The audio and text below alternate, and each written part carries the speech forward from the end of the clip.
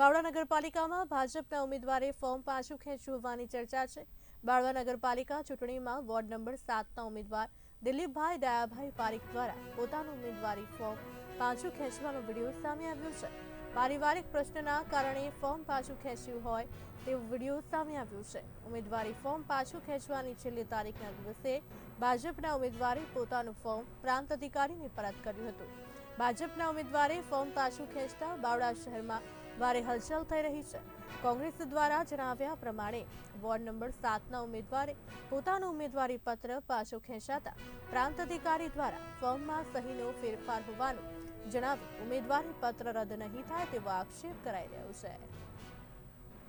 અત્યારે હાલે જે બાવળા નગરપાલિકાની જે વોર્ડની ચૂંટણી ચાલી રહી છે તેમાં 7 નંબરના વોર્ડની અંદર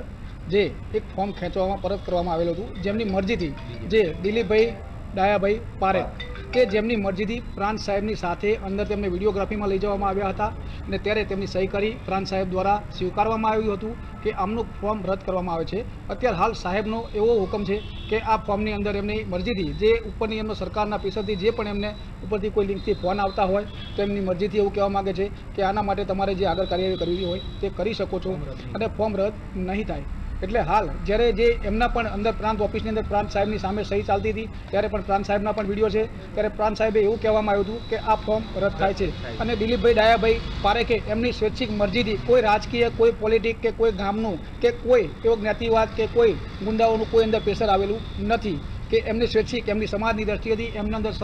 સમાજની અંદર બધાને સાથે મળીને અને એમને ચૂંટણી નથી લડવી, પરંતુ એમને પરાણે લડાવવામાં આવી રહી છે અને સ્વૈચ્છિક એમને એમનું રાજીનામું આપેલ છે કે સ્વૈચ્છિક એમની મરજીથી ફોર્મ પાછું ખેંચેલ છે પારેખે,